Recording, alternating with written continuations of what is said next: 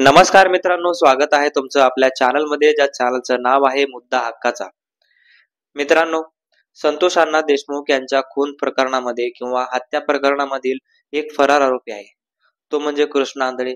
त्याचा ना सीआयडीला शोध लागत आहे, ना पोलिसांना शोध लागत आहे, ना कोणालाच त्याचा एसआयटीला सुद्धा शोध लागत नाही.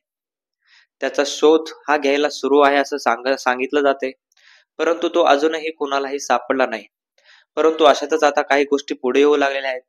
त्या म्हणजे कृष्ण आंधळे यांचा खून झालेला आहे किंवा कृष्ण आंधळे हा मरण पावलेला आहे. तर याच्या मागची नेमकी सत्यता काय आहे आणि खरी गोष्ट काय आहे आणि खरंच कृष्ण आंधळेचा खून झालाय का, कृष्ण आंधळे मेलाय का, तुम्हाला या व्हिडिओमध्ये मी आज समजावून सांगणार आहे.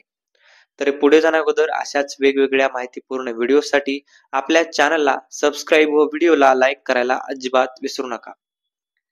मित्रांनो, संतोष अण्णा देशमुख यांचं ज्यावेळेस पासून खून झाला त्यावेळेस पासून महाराष्ट्रामध्ये एक वातावरण ढवळून निघालं होतं आणि त्या वातावरण ढवळून निघाले असल्या कारणामुळे महाराष्ट्रात बऱ्याचशा हालचाली झाल्या. बरेचसे आरोपी फरार झाले. काही आरोपी पोलिसांनी सुरुवातीला अटकही केली.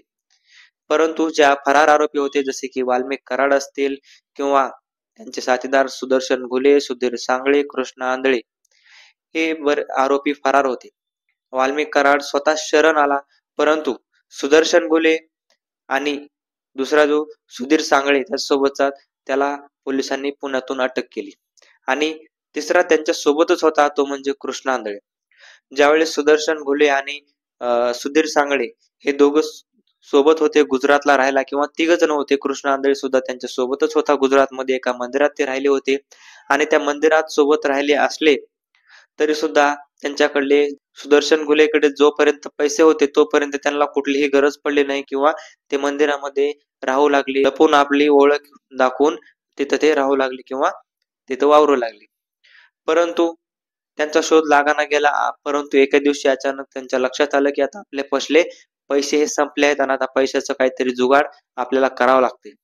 त्याच्यामुळे त्यांनी काय केलं, तर कृष्ण आंधळे जो की त्यांच्या सोबत होता, सुदर्शन घुले आणि सुधीर सांगळे यांच्या सोबत कृष्ण आंधळे होता, त्या कृष्ण आंधळेला त्यांनी पाठवलं पुण्यामध्ये.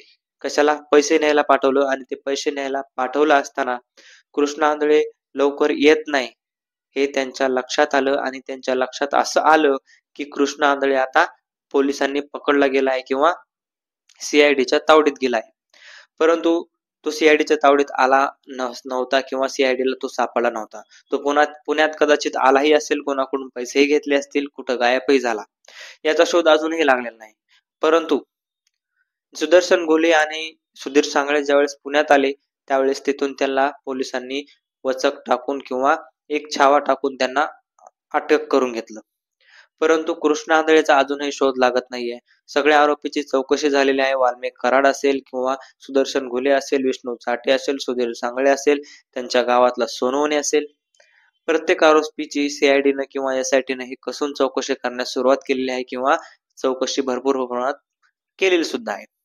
याच्यामध्ये बरेचसे नवीन खुलासे झाले आहेत. वाल्मिक कराडचे अमेरिका कनेक्शन असो किंवा वाल्मिक कराडचे परळी मधले जे वेगवेगळ्या ज्या टोळ्या त्यांच्या आहेत असं बोललं जाते, मीडियाद्वारे सुद्धा टोळ्या बोललं जाते, तर अशा टोळ्यांचं सुद्धा वाल्मिक कराड यांच्याकडून उघडकीस आलेलं आहे. त्या एसआयटीनं सगळं उघडकीस करून दाखवलेलं आहे.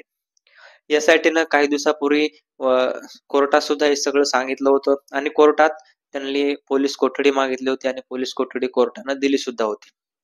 याच आधारावर दिली होती की आता एसआयटीनं हे सगळे पुरावे जे दाखवलेत ते जर सिद्ध करायचे असतील किंवा अजून त्याच्यामध्ये चौकशी करायची असेल की कृष्ण आंधळे कोण आहे, कृष्ण आंधळे हा त्यांचा साथीदार आहे, तर कृष्ण आंधळे मागील 1 वर्षापासून तो फरारच आहे, फरार आरोपी आहे पहिल्यापासून. त्यानं पहिला सुद्धा गुन्हे बरेचसे केलेले आहेत आणि तो एक फरार आरोपी आहे आणि अजून सुद्धा तो फरारच आहे, अजून सुद्धा सापडलेला नाही. पण हे फरार आरोपीला आता सापडायचं आहे तर यांच्याकडून चौकशी होणं गरजेचं आहे. त्यावेळेस याचे पायमुळे शोधून लागतील. तर याचे पायमुळे नेमके शोधून कसे लागतील, तर यांच्याकडून एक चौकशी करून घ्यावी लागतील, ती म्हणजे आर्थिक मदत पुण्यातून त्याला कोण कोण करू शकते, त्याच्या संपर्कात कोण कोण येऊ शकते आणि तो कुठं जाऊ शकते, हे सगळं कोणाला माहित असणार आहे. सुदर्शन घुले असतील, त्याच्यासोबतचा सुधीर सांगळे असेल किंवा स्वतः वाल्मिक कराड यांना सुद्धा याची माहिती असणार असं असू शकते. त्याच्यामुळे एसआयटीने पोलीस कोठडी यांची मागून घेतली किंवा त्यांनी कसून चौकशी वाल्मिक कराड किंवा सुदर्शन घुले यांचीच करायला सुरुवात केली आहे. तसेच विष्णू चाटे असेल, विष्णू चाटेंचे सुद्धा मोबाईल हे सापडला गेला नव्हता किंवा अजूनही सापडला नाहीये. ते विष्णू चाटेनं एक भयंकर कारण त्याच्या पाठीमागचं सांगितलंय, की मी तो मोबाईल फेकून दिला होता. त्याच्यामुळे मला आठवत नाही, की मोबाईल नेमका कुठं पडलेला आहे आणि तो मोबाईल माझ्याकडून मी टाकून दिला आणि तो फक्त चौकशीसाठी टाकून दिला. कारण एस-आय-टीनं मला विचारेन किंवा पोलीस मला विचारतील त्यावेळेस माझा मोबाईल त्यांना द्यावा लागेल आणि त्याच्यातली सगळी माहिती ही तुमच्याकडे जाईल. त्याच्यामुळे मी ते मोबाईल तेव्हाच भीतीपोटी फेकून दिला असं चाटेने उत्तर दिलेलं होतं.